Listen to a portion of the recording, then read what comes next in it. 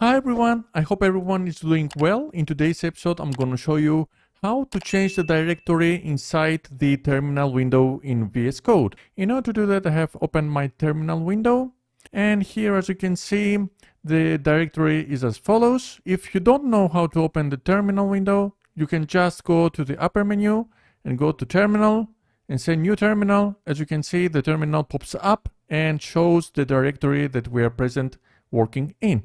Now, how to change this directory? Simply, we're coming to File, and from here we are going to Preferences, and from here we're selecting Settings. On Open Window, we're coming to Searching Area, and simply writing the following command: terminal.integrated.cwd.